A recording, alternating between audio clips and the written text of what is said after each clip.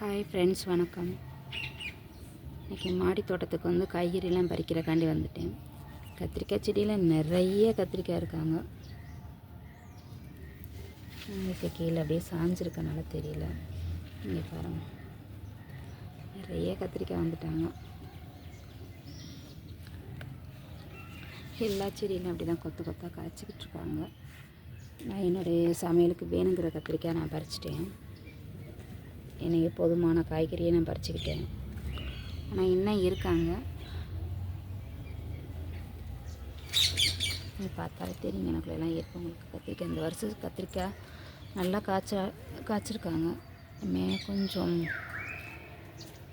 பறிக்காமல் விட்டனால பழுக்க ஆரம்பிச்சிட்டாங்க பாருங்கள். நான் என்னுடைய சமையலுக்கு இவ்வளோ போதும். இனிமேல் இருக்கிறத பறித்து பக்கத்தில் இருக்கவங்களுக்கெல்லாம் கொடுக்கலான்னு ஒரு ஐடியாவில் இருக்கேன். நீங்கள் பாருங்கள், பூசணிக்காய் கொஞ்சம் வளர்ந்துட்டாங்க. மஞ்சள் கலர் பூ. இது என்ன பூசணிக்காய்ங்கிறது தெரியல, காய் வந்ததுக்கப்புறம் தான் தெரியும். ஆனால் நல்லா படர்ந்து போயிருக்காங்க. இந்த ரோஸ் செடிக்காண்டி தான் மெயினாக வந்து நேற்று ஒரு சும்மா ஷார்ட்ஸ் மாதிரி போட்டு விட்ருந்தேன். நம்ம கட் பண்ணி விட்டதுக்கப்புறம் தளிர்கள்லாம் வருதா என்னன்னு தெரியல அப்படிங்கிற மாதிரி. ஆனால் வந்துருச்சு. கட் பண்ண அடுத்த கொஞ்சம் 2-3 நாளே பாருங்கள், நல்ல தளிர்கள்லாம் வந்துட்டாங்க. இங்கேயும் பாருங்கள், இவங்களும் ஒரு நல்ல தளிர் வந்துட்டாங்க.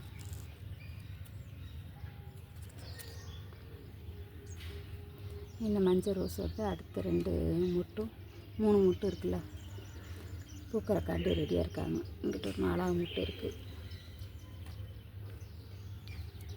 ரோஸ் செடி எப்போவுமே நல்லா வளர்ந்துட்டால் நம்ம கட் பண்ணி விட்டால் தான் அடுத்த தளிர்கள்லாம் வர ஆரம்பிக்கும்.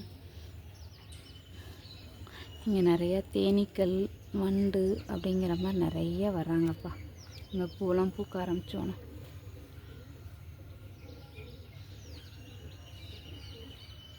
ஏன்னா அந்த செடியில் வந்து கட் பண்ணி விட்டு அடுத்ததில் வருங்கிறது ரொம்ப டவுட்டாக இருந்துச்சு எனக்கு.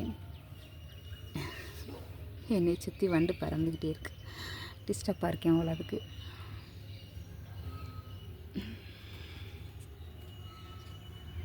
இந்த ரோஸ் நல்லா வளர்ந்துட்டாங்க பாருங்கள்.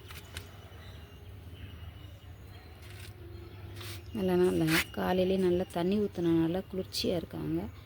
இது கொஞ்சம் தண்ணி இது பண்ணுறதுக்குள்ளே நான் சாயந்தரம் வந்து தண்ணி ஊற்றிடுவேன். எப்போவுமே தொட்டியை மட்டும் வாட விட மாட்டேன். தண்ணி இல்லாமல் இருக்காங்க. தண்ணி இல்லாமல் ஒரு மாதிரி ட்ரை ஆகும்ல, அந்த மாதிரி மட்டும் செடியை இருக்க விட மாட்டேன் இருக்கிற வெயிலுக்கு. நான் இது கொஞ்சம் வெயில் பட்டு ஒரு மாதிரி இருக்கிறதுக்குள்ளேயே அடுத்தாப்பில் வந்து தண்ணி ஊற்றிடுவேன்.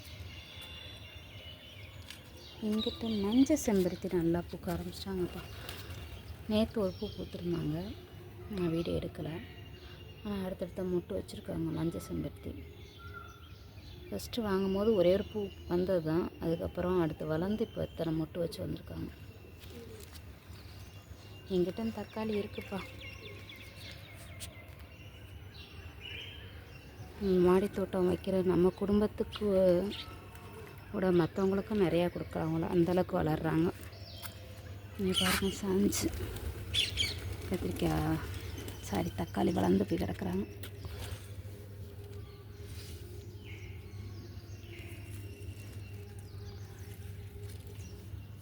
இயற்கை நம்மளுக்கு மட்டும் காய்கறி கொடுக்குறது இல்லை, நம்மளோட எக்ஸ்ட்ரா இருக்கவங்களுக்கும் சாப்பிட்ற மாதிரி தான் காய்கறி கொடுக்குறாங்க. இங்கே ஒரு வயலட் கலர் கத்திரிக்காய் வந்திருக்காங்க பாருங்கள். இதை வந்து ப்ளூ கத்திரிக்காய்ம்பாங்க, கம்மா கத்திரிக்காய்ன்னு சொல்லுவாங்க. ஏற்கனவே ஒரு வீடியோவில் சொல்லியிருப்பேன். இந்த கத்திரிக்காய் செடியில் நான் வந்து 3 வருஷத்துக்கு முன்னாடி வச்சது. மொதல் மாடி தோட்டம் போட்டப்போ ஒரு கத்திரிக்காய் செடி தான் அது. ஆனால் திருப்பி அவங்க வளர்ந்து காய் கொடுத்துட்டு தான் இருக்காங்க.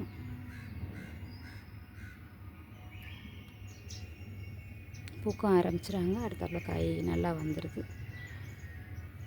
எப்போயாவது சில நேரம் கொஞ்சம் டல்லாக இருக்கும். அந்த நேரம் மழை வந்தோன்னா டக்குன்னு இலை வந்து ஃப்ரெஷ்ஷாகி பூ பூக்க ஆரம்பிச்சிருவாங்க.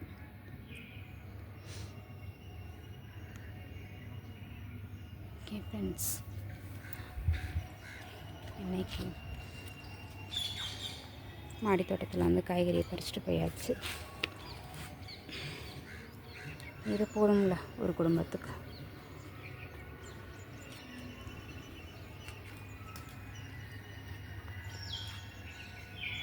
அப்புறம் பறவைகளுக்கு அப்படியே சாப்பாடு வச்சுட்டு மாடி தோட்டத்துக்கும் கொஞ்சம் தண்ணி ஊற்றிட்டு நம்ம வீட்டுக்கு தேவையான காய்கறிகளையும் பறிச்சுட்டு போனோம். இங்கேயும் ஒரு செடி வளர்கிறாங்க, அதெல்லாம் விதையே போடலை. இதுவும் பூசணி தான். இதே நான் பறிக்கலை. சரி அப்படியே கீழே விட்டுருவோம், அது வாட்டுக்கு படர்ந்து வரட்டும், காய் வரட்டும். நம்ம காய் போட்டு நிறைய விதைகள்லாம் போட்டிருக்கோம், அதெல்லாம் நிறைய வரவே இல்லை எனக்கு.